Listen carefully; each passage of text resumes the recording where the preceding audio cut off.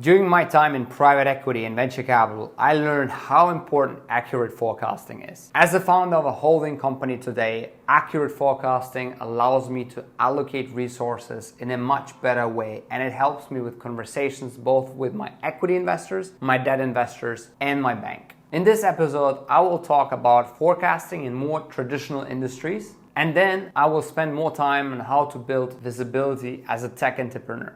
If you lack forecasting, it's very hard to raise money, and it's very hard to know how much money to deploy. It's hard to hire, and it's hard to figure out how much budget to allocate to R&D and to sales and marketing. Luckily, there are some key concepts which will make your life easier. Intro.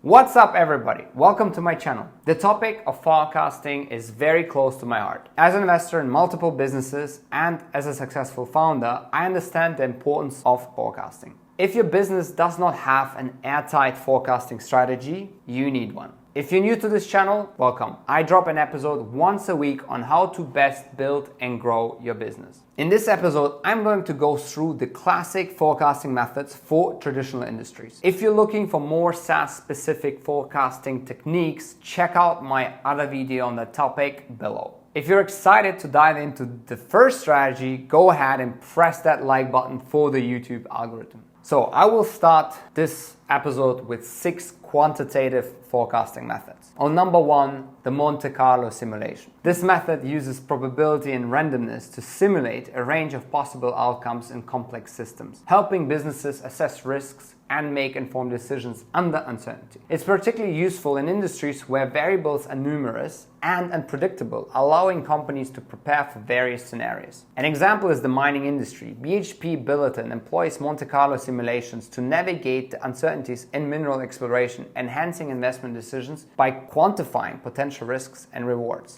The second method is exponential smoothing. Exponential smoothing forecasts future data by applying decreasing weights to past observations with a focus on more recent data. This method adapts well to changes in trends, making it ideal for industry experiencing rapid market shifts. It helps companies adjust their strategies in real time to align with current demand. An example is Ford Motor Company in the automotive industry. Ford utilizes exponential smoothing to accurately predict demand for various car models, optimizing production schedules and reducing excess inventory. Naive approach is our third technique in the quantitative world of forecasting. The naive approach forecasts future outcomes based on the assumption that they will be similar to past results. Simple yet effective, this method serves as a benchmark for more complex forecasting methods, especially in stable markets where changes are minimal and predictable. A common mistake, though, is failing to adjust forecasts in light of new data, which can lead to strategic rigidity, making it crucial for businesses to remain adaptable and responsive to market changes. In the retail industry, Walmart applies the naive approach to forecast sales for stable, high-volume products, ensuring efficient inventory management and meeting customer demand. Now, in position 4, we have trend projection. Trend projection analyzes historical data to identify and project future trends. This method is instrumental in long-term planning, allowing businesses to allocate resources effectively and strategize for growth based on identified patterns. An example is Siemens in the industrials world. It leverages trend projection to anticipate future demand for its industrial products, guiding strategic decisions and production planning. Now, the fifth method is the composition analysis. The composition analysis breaks down time series data into its constituents and such as trends, seasonal, cyclical components, providing a comprehensive understanding of underlying patterns. This detailed insight is crucial for planning marketing strategies and managing inventory in line with seasonal demand fluctuations. Best practice is to regularly update forecasts to reflect the latest market data and internal changes, which is essential. That ensures that inventory and marketing strategies are aligned with current consumer behavior and seasonal demand patterns. Now, in e-commerce, Amazon employs the composition analysis to manage inventory and tailor marketing efforts according to seasonal buying patterns, optimizing sales and customer satisfaction. Now, moving averages is another method. Moving averages smooth out short-term fluctuations in data, revealing longer-term trends that are essential for inventory management and planning. By averaging data points over specified periods, businesses can better understand underlying trends and adjust their strategies accordingly.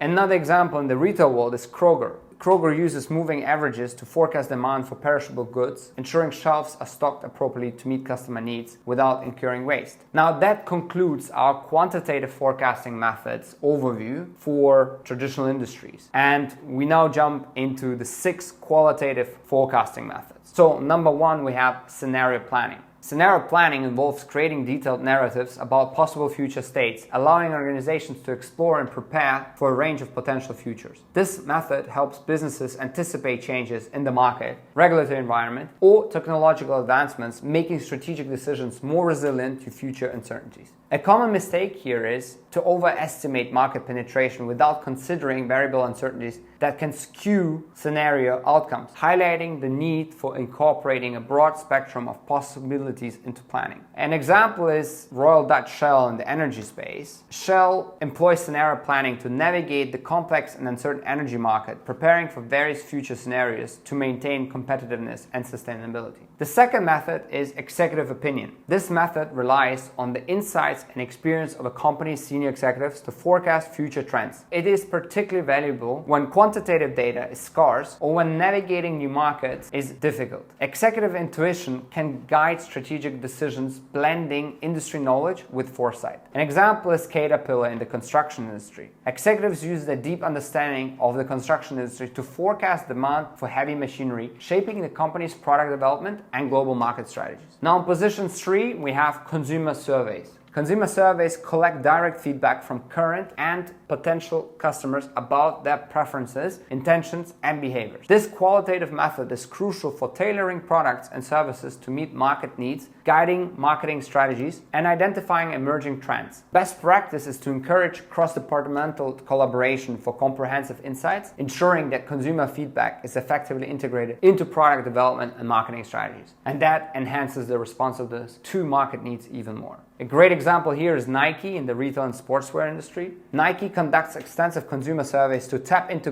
customer desires and forecast trends in athletic wear, informing their product lines and marketing campaigns to stay ahead of market demands. Intuition-based forecasting is another method. Intuition-based forecasting leverages the gut feelings and personal experiences of industry veterans to make predictions about future events. This method is often used in conjunction with data-driven approaches to fill in gaps where hard data may be lacking, providing a holistic view of potential outcomes. An example is Chipotle Mexican Grill in the food and beverage industry. Chipotle uses their culinary intuition to forecast food trends and customer preferences, guiding menu development and seasonal offerings. We also have Salesforce estimates. Now, Salesforce estimates involve gathering insights from the sales team who are in the direct contact with the market and customers. And I'm not talking about the CRM software, Salesforce, which almost coined the term now, Salesforce, but your actual team of sales executives. These methods provide ground-level intelligence on customer needs, competitive dynamics, and potential sales trends, informing marketing and product strategies. A common mistake here is to ignore indirect competitors and market innovations, which can lead to missed opportunities and misaligned strategies, underscoring the importance of leveraging Salesforce insights for real-time market impulses. An example in the pharmaceutical industry is Pfizer. Their sales representative provide valuable estimates on the demand for new medical treatments, shaping the company's marketing strategies and resource allocation for new drug launches. Now, another method is the Delphi method. The Delphi method is a structured communication technique that gathers forecasts from a panel of experts through multiple rounds of questionnaires, aiming for consensus of future events. It's used to harness collective wisdom on complex issues, offering insights into long-term trends and innovations. Monsanto, now part of Bayer, in the agriculture industry, utilizes the Delphi method to gather expert predictions on the future of agricultural technology, such as the adoption rates of genetically modified crops and the impact of sustainable farming practices. Now, if you learned something from that video already, and if you're still watching this, please leave a yes in the comment section below.